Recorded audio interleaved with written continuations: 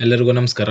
ಕರ್ನಾಟಕ ಪರೀಕ್ಷಾ ಪ್ರಾಧಿಕಾರದ ಅಡಿಯಲ್ಲಿ ನಡೆದಿರುವಂತಹ ಕಲ್ಯಾಣ ಕರ್ನಾಟಕ ವೃಂದದ ವಿವಿಧ ಹುದ್ದೆಗಳ ನೇಮಕಾತಿ ಪರೀಕ್ಷೆಯನ್ನು ಬರೆದಿರುವಂತಹ ಅಭ್ಯರ್ಥಿಗಳಿಗೆ ಸಂಬಂಧಿಸಿದಂತೆ ಇದೀಗ ಕರ್ನಾಟಕ ಪರೀಕ್ಷಾ ಪ್ರಾಧಿಕಾರದ ಕಡೆಯಿಂದ ಕಲ್ಯಾಣ ಕರ್ನಾಟಕ ವೃಂದದ ವಿವಿಧ ಇಲಾಖೆಗಳ ಹುದ್ದೆಗಳಿಗೆ ಸ್ಪರ್ಧಾತ್ಮಕ ಪರೀಕ್ಷೆಯನ್ನು ಬರೆದಿರುವಂತಹ ಅಭ್ಯರ್ಥಿಗಳ ತಾತ್ಕಾಲಿಕ ಅಂಕಪಟ್ಟಿಯನ್ನು ಇದೀಗ ಬಿಡುಗಡೆ ಮಾಡಿದ್ದಾರೆ.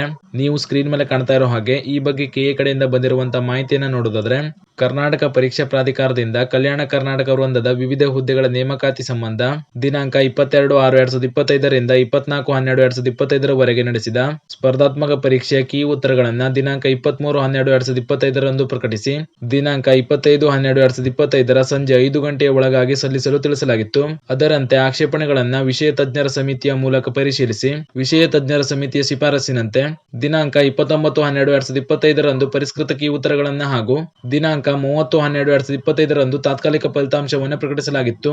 ಮುಂದುವರೆದು ಇಲಾಖಾವಾರು ಅಭ್ಯರ್ಥಿಗಳು ಗಳಿಸಿದ ಅಂಕಪಟ್ಟಿಯನ್ನು ಪ್ರಕಟಿಸಲಾಗಿದ್ದು, ಅಂತಿಮ ಅಂಕಪಟ್ಟಿಯನ್ನ ದಿನಾಂಕ 7/1/2025 ರಂದು ಪ್ರಕಟಿಸಿ ಸಂಬಂಧಪಟ್ಟ ಇಲಾಖೆಗೆ ಪಟ್ಟಿಯನ್ನು ಹಸ್ತಾಂತರಿಸಲಾಗುವುದು ಅಂತ ತಿಳಿಸಿದ್ದಾರೆ. ಅಂದ್ರೆ ಕರ್ನಾಟಕ ಪರೀಕ್ಷಾ ಪ್ರಾಧಿಕಾರದ ಕಡೆಯಿಂದ ಈಗ ಕಲ್ಯಾಣ ಕರ್ನಾಟಕ ವೃಂದದ ವಿವಿಧ ಇಲಾಖೆಯ ಹುದ್ದೆಗಳ ಸ್ಪರ್ಧಾತ್ಮಕ ಪರೀಕ್ಷೆಯನ್ನು ಬರೆದಿರುವಂತಹ ಅಭ್ಯರ್ಥಿಗಳ ತಾತ್ಕಾಲಿಕ ಅಂಕಪಟ್ಟಿಯನ್ನು ಬಿಟ್ಟಿದ್ದಾರೆ. ಸ್ಪರ್ಧಾತ್ಮಕ ಪರೀಕ್ಷೆಯನ್ನು ಬರೆದಿರುವಂತಹ ಅಭ್ಯರ್ಥಿಗಳು ಈಗ ನೀವು ಅರ್ಜಿ ಸಲ್ಲಿಸಿರುವಂತಹ ಇಲಾಖೆಯಲ್ಲಿ ಎಲ್ಲಾ ಅಭ್ಯರ್ಥಿಗಳು ಪಡೆದಿರುವಂತಹ ಅಂಕಗಳನ್ನು ನೋಡ್ಕೊಳ್ಬಹುದು. ನೀವು ಸ್ಕ್ರೀನ್ ಮೇಲೆ ಕಾಣ್ತಾ ಇರೋ ಹಾಗೆ ಇಲ್ಲಿ ನೀವು ನೋಡ್ತಾ ಇರಬಹುದು, ಕಲ್ಯಾಣ ಕರ್ನಾಟಕ ವೃಂದದ ಅಡಿಯಲ್ಲಿ ವಿವಿಧ ಇಲಾಖೆಯ ಹುದ್ದೆಗಳಿಗೆ ಪರೀಕ್ಷೆಯನ್ನು ಬರೆದಿರುವಂತಹ ಅಭ್ಯರ್ಥಿಗಳ ಇಲಾಖಾವಾರು ಅಂಕಪಟ್ಟಿಯನ್ನು ಈಗ ಪ್ರಕಟಿಸಿದ್ದಾರೆ. ಇಲ್ಲಿ ನೀವು ಅರ್ಜಿ ಸಲ್ಲಿಸಿರುವಂತಹ ಇಲಾಖೆಯ ಲಿಂಕ್ ಮೇಲೆ ಕ್ಲಿಕ್ ಮಾಡಿಕೊಂಡು ಆ ಇಲಾಖೆಯಲ್ಲಿ ಅಭ್ಯರ್ಥಿಗಳು ಪಡೆದಿರುವಂತಹ ಅಂಕಪಟ್ಟಿಯನ್ನು ನೋಡ್ಕೊಳ್ಬಹುದು. ಎಕ್ಸಾಂಪಲ್ಗೆ ಇಲ್ಲಿ ನಾನು ಯಾವುದಾದ್ರೂ ಒಂದು ಇಲಾಖೆಯಲ್ಲಿ ಅಭ್ಯರ್ಥಿಗಳು ಪಡೆದಿರುವಂತಹ ಅಂಕಪಟ್ಟಿಯನ್ನು ಓಪನ್ ಮಾಡಿ ತೋರಿಸ್ತಾ ಇದ್ದೇನೆ.